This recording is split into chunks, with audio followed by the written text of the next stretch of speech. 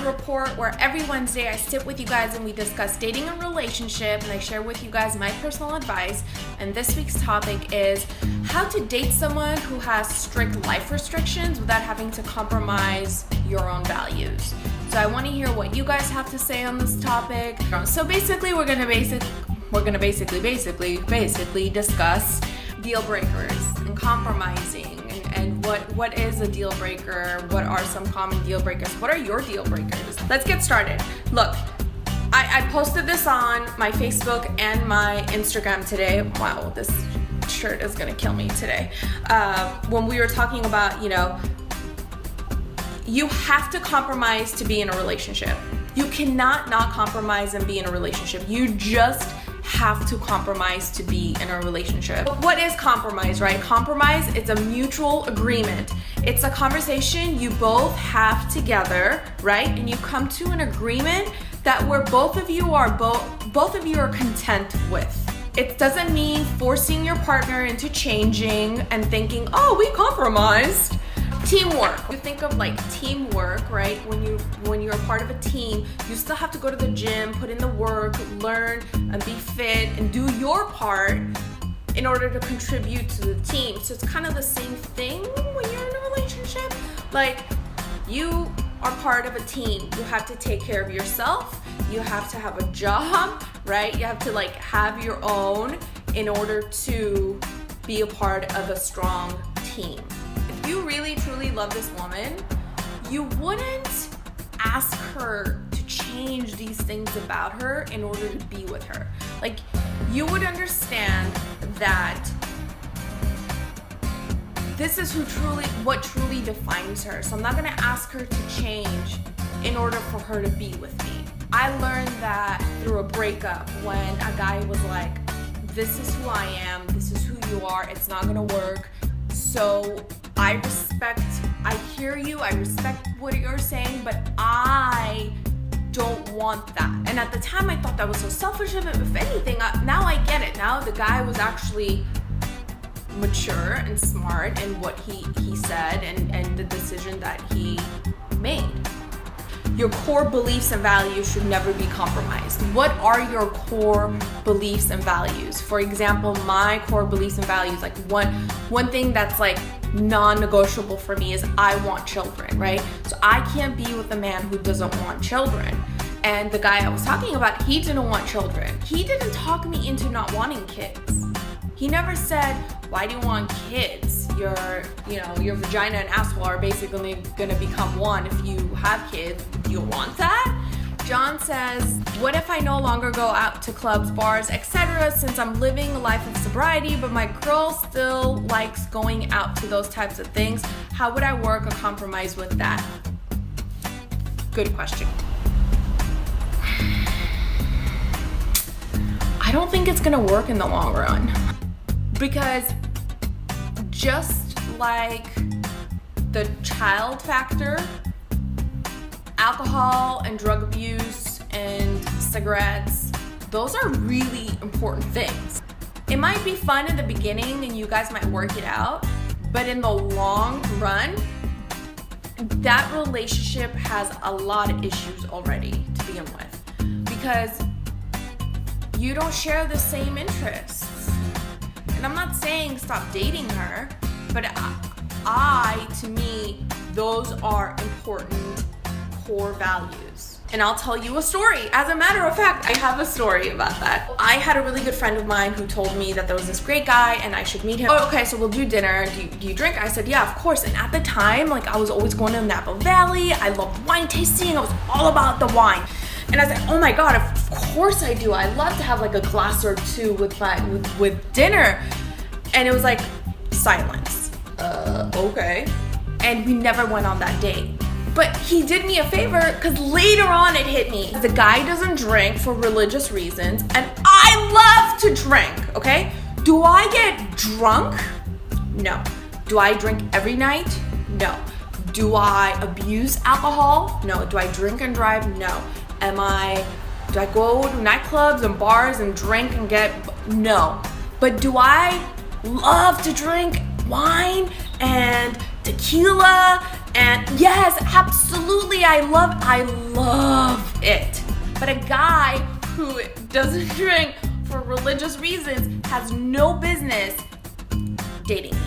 For whatever reason you do not drink alcohol, it's gonna be hard for you to date a girl who was brought up to that it's okay to drink.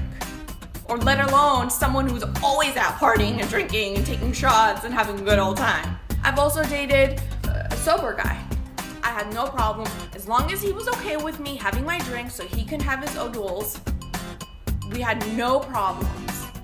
But it still made me feel bad when we would go out. It really would make me feel bad. That relationship didn't last for long, but like, I'm glad I had that experience. Also, your deal breakers change with age, okay? There are so many deal breakers in my 20s that I do not have anymore. What were some of my deal breakers, Mom? I used to say, a guy cannot be bald. I cannot date a balding guy. I wouldn't care if a guy was balding now. I mean, my boyfriend's not bald, but you know, got lucky in that department. Or height. Like, I just have to have a guy who's 6 foot, blah, blah, blah. Don't give a shit about that either. Are you a good guy? Are you a family guy? You got your shit together? I don't give a shit how tall you are. So what I'm saying is that your deal breakers change with age. You have to know what your core values are. My core values are I want children. If you're incapable of giving me children, I'm no interest in being with you. What are your core values? Think about that. She's not gonna give you your core values. She's gonna happen to share the same core values as you. Most common deal breakers are smoking, drug abuse, alcohol abuse, financial troubles, infidelity, and children. These are the most common deal breakers. I don't know, would I turn 40 and not want kids ever again? Yeah, I'd probably be like, yeah, my eggs are dry. But I'd still want, I'd still be sad about it because I've always wanted it. Religious obligations. If religion is not part of your core values, then you have the flexibility to be with someone who is religious because you don't give a shit. But, in the long run, if you're planning on having children with this person, you have to think about it. Sure, it doesn't bother me now, but is it going to bother me when children are involved? Because I am 50% responsible for this child's future. Dietary restrictions. This was an issue when I was dating. I'm a pescatarian. A lot of times, especially if you're from LA or New York, you're meeting all these women who are like, I'm a pescatarian, I'm a vegetarian, I'm a this, I'm a that, and you're like, shit, I love meat. Are you never gonna be able to cook me steak? That could be an issue. But if you do not mind making your own steak, if you don't care what she eats, you have no interest in sharing your meal with her, and you don't want to eat her shit, match made in heaven, go for it. I also watched this really cool couple today I randomly came across on YouTube. The guy's vegan. He has never had meat his whole life. That's how he was born and raised. And the girl loves meat. She eats it all the time. But because of him now, she only eats meat like 50% of the time. Someone asked and said, like, do you have a problem with that? Are you trying to convert her? Like, what's the deal? And he was like, no. He goes, for me, I feel like I'm already contributing by her eating less meat. Like, I'm already helping out in some way. So that was his way of compromising. It was their way of compromising. He's not telling her you can't eat. She's still eating it, but she's eating less of it through him, and that's their compromise, which I thought was amazing. They're gonna do really well together. That's the ideal, perfect example of a true couple doing compromise the right way. Childhood fears. He's afraid of heights. I'll share a story with you guys from over the weekend, Father's Day. I just learned how to swim, and I still don't know how to tread water, which, by the way, anybody watching right now, if you know how I can learn quickly how to tread water, help me. okay? Because I gotta learn real fast. I have a childhood fear because I just learned how to swim as an adult. I don't know how to tread water. And my boyfriend, there was a sense of compromise in the sense that he was helping me learn instead of it being a deal breaker, right? Like, this isn't a deal breaker. This is, in every relationship, there will always be significant personal differences. And this was our difference. But it's not a deal breaker. This isn't something where he goes and breaks up with me because I don't know how to tread water, right? He helps me. This is a childhood fear that this isn't an issue. This is something you compromise, you grow, you do together, whatever the situation is. Some examples of those are church on Sundays. She likes to go to church on Sundays. You want to watch football on Sundays. If she's okay with it and you're okay with it, that shouldn't be a deal breaker, yo. Okay? And if she wants to take your kids to church, let her take her kids to church. She's not taking her somewhere bad. Cleanliness, like how you do laundry, for example. And Arthur and I had this issue, right? Wasn't a deal breaker. We compromised of how he would wash Ziggy's towels. Ziggy's a dog. Wash Ziggy's towels with human towels. And I was like, no, human towels don't get washed with dog towels. You separate them. Managing your finances. You can work through this. How you like to spend your free time. That's huge. I had a friend, he loved to read when he had free time. And she was always like, oh, you don't give me attention.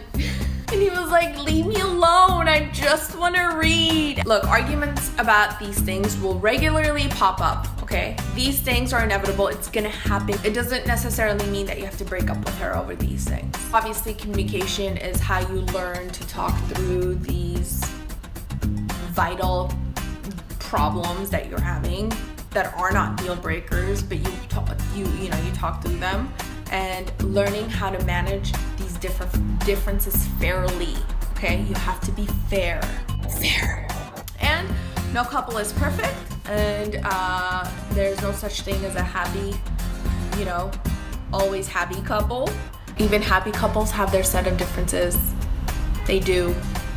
If you're in a relationship and you're super excited, there's just infatuation and you love her and everything's great, and once all that high simmers down and you find yourself you're in a worse situation than you started with her because you're starting to gain weight and pick up bad habits, you're starting to smoke and drink and abuse drugs, all the bad things all of a sudden this person is bringing into your life, it's time to break up.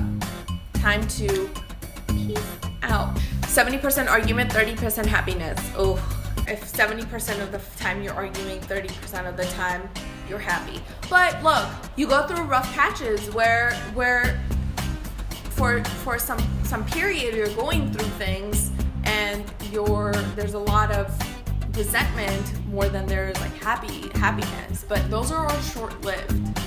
Woman grooming can be a deal breaker. Is that bad? No, it's your preference. If that's your deal breaker, that's your deal breaker. Everyone has their own deal breaker, but what I'm saying is that you have to be rational and logical about your deal breakers. I prefer someone who doesn't smoke, makes kissing unenjoyable. I know. Ugh. Joseph says, make a pros and cons list for each of you. To reach a mutually beneficial solution, it may be a good idea to take a step back and view the situation more objectively. Checklists are always good, but I feel like they make the relationship less authentic when you put a list in between you two instead of just speaking from the heart. I think when you're in an argument, you care less about the relationship and care more about the argument. That's when the real issue is. Because when you're arguing and you realize my relationship means more to me, our relationship means more to me than this petty argument we're having, then it puts things into perspective, and the words that you use to communicate become less offensive. Does that make sense?